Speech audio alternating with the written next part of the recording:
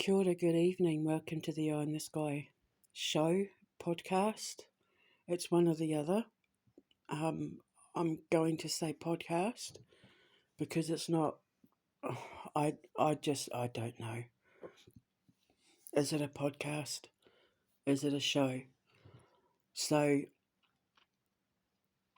as you know, I'm doing research for our shows for when my boys and I go out and make these shows. In Canada, and I'm telling you, Canada's triggered something. Like, once I had the revelation about Canada, it's triggered something. Because I was sitting listening to, stories, doing investigations, doing research into potential cases in North America, Canada, and obviously when we drive into America to record shows. And a link popped up because of the algorithm. A link popped up about Phil Hartman, who I think was actually Canadian. And it was about his case, his murder, the murder-suicide of him and his wife. And he just started talking. And if you know my YouTube channel, you'll know about the recordings I've done before where I've passed on messages from people like Kurt Cobain and Marilyn Monroe and Selena, B. Arthur, that sort of thing. And Phil Hartman was there. And he told me what happened. He was explaining what happened. And I've been asked to pass this message on. I'm not happy about doing these things, but I do as I'm told. I don't argue. But basically, he wanted me to tell people that what happened was the reason why she did it is because he found out, that she was doing drugs again. And he had told her before, if I find out you're doing drugs again, I'm leaving and I'm taking the kids. They got into an argument. He said she started accusing him of having an affair, of cheating on her with, rattling off a few people, bringing up ex-wives, bringing up colleagues, bringing up friends and neighbours, blah, blah, blah, which was completely untrue. He was loyal and dedicated to her. He wanted her to get better. He was working hard and trying to work harder, for his family, to give his family a good life. And he said in his anger, in his frustration at these constant accusations, and she was hitting him and she was pushing him and, being aggressive and saying all these hurtful things to him, like that he was living a double life. He told her about some projects that were in the works that were going to take him away, and with the revelations about her doing drugs again, he was saying that he will take the kids and go, and she can't go with him. And that, he said to her, this is the kind of behaviour that is going to lose you custody of our children. And she snapped. She was afraid of losing him, afraid of losing her kids. She completely snapped. It sent her into like a paranoid frenzy. And he was saying, all he has to do is prove that she's been abusing drugs again, and he will get the kids and he'll take them away. He apparently said that he had things coming up, fires in the works that were going to cement his career, cement his future, big things that people didn't know about. He said, for example, that there was talks of him getting his own talk show, and becoming merchandise and things that would cement his future, he said.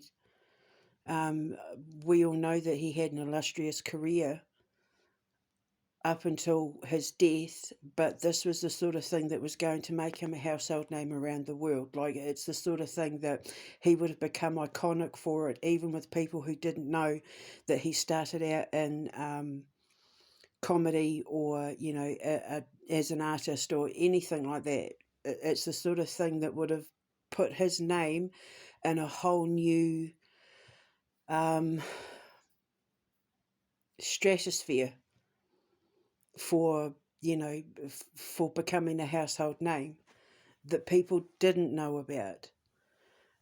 He said there were talks of him replacing a famous talk show host who was getting ready to step down at the time, who was getting ready to retire at the time.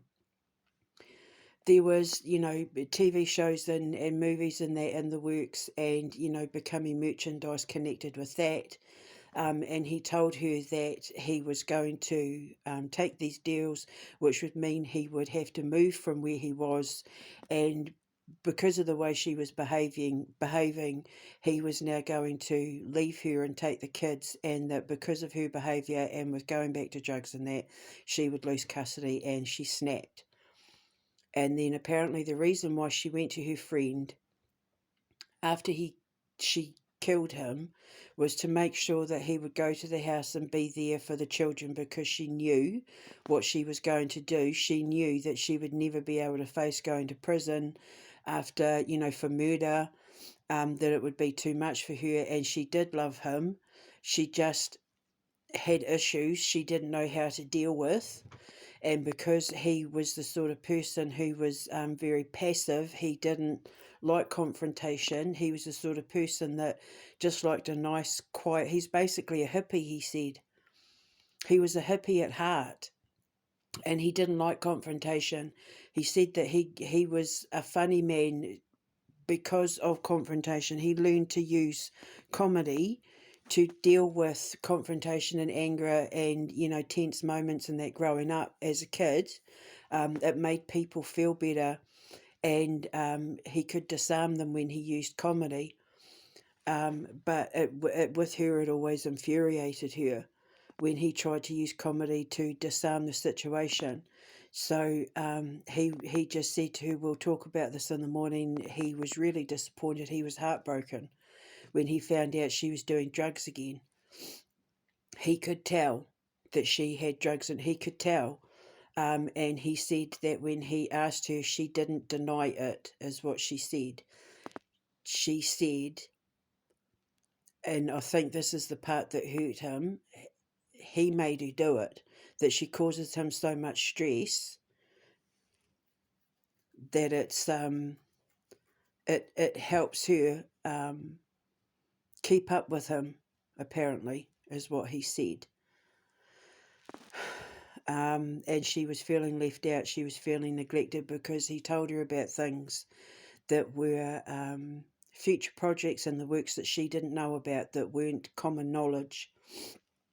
And he said it was a stupid thing to do, because he did it to hurt her and let her know that he was perfectly capable and perfectly fine with moving on without her, because all he kept thinking is, I need to get my children away from this.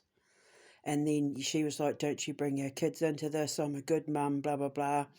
And, you know, and that's where it all began. And so I looked into it. I did some research before I made this video, and apparently he was in the Troy McClure, you know, from The Simpsons.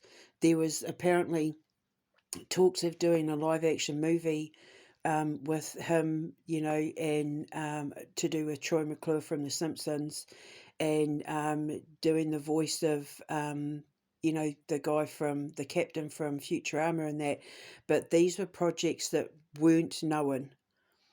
He's talking about things that weren't known. The merchandise may have been to do with the Troy McClure thing and the Futurama thing, meaning that he becomes merchandise connected to those, you know, animated movies and live actions and blah, blah, blah, becoming action figures and that, which for him as an artist would have actually been pretty cool. But he said that there were talks going on behind the scenes that nobody else knew about. And he said that one of those things was potentially him getting his own talk show and or replacing another famous talk show host who was getting ready to step down at the time. But then nothing came to fruition. He never got to be the rising star he was aiming to be, because he wanted to cement a future for his kids and his wife that, that he could leave a legacy that they could be proud of. And I said to him, he doesn't realise that he's already done that, and that, everyone's proud of him and everyone mourns his loss. So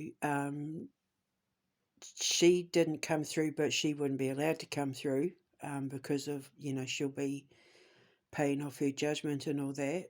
But there was no, he just misses his kids. He just, he's just sad and sorry for his kids, because everything, the reason why he was working so hard when she was accusing him of having affairs and that was for his kids. He wanted to make a good living for his kids. He felt like he hadn't quite made it yet, even though he'd done really successful things in his career. He wasn't, it's not that he wasn't happy with it. He just felt like there was more there, that there was a potential there to do more, to show the world the full range of his skills. And he felt like he was just getting ready to do that. He was just on the precipice. He was just getting ready to launch into the stratosphere with exactly where he had always been aiming to be, when it all came to an end. And he said that he wants to thank everybody who defended him, because he knows about the rumours that were going around about him being, like uncaring or unsympathetic. He said he wasn't unsympathetic. He was protective of his children. He was trying to protect his children and protect his family. And he wanted her to take personal responsibility for what she was doing and the things she was doing. And she wouldn't. He said it was like 2 steps forward, 10 steps back with her, and it was becoming exhausting. And when they had that fight that night, when he found out that she had been doing drugs again, he snapped, and he said to her, like, this behaviour isn't going to get you custody of the kids when I leave. I've got this coming up, and I think this talk show may have been outside of California. It might have been some like New York, or, but he was talking about leaving, like leaving California for work, taking the kids and going somewhere where she couldn't go, with them. And I think it was outside of California, and she panicked, like she freaked out. And was like, holy flip-flop Batman, he's going to leave me in this state and go to a different state. And and she just felt like her whole world was coming down. So she took his life, and then went and got her friend to make sure that someone would be there for the children when she took hers. So that's what he wanted me to know. He wants people to know that he didn't feel a thing. She made sure that he did his usual thing of going to bed and going to sleep, and she snuck in, and he didn't feel a thing. It was very quick for him. So, but he said that hers wasn't as quick. That hers, like, she lingered for a couple of seconds after. It wasn't, she was slightly conscious for a few seconds after, whereas his was quick, his was gone. So that's what he wanted me to say. And that was just because it popped up on the algorithm of my YouTube. So, God phone, the celebrity God phone. So, make of it what you will. I'll speak to you later. Bye. Ka kite.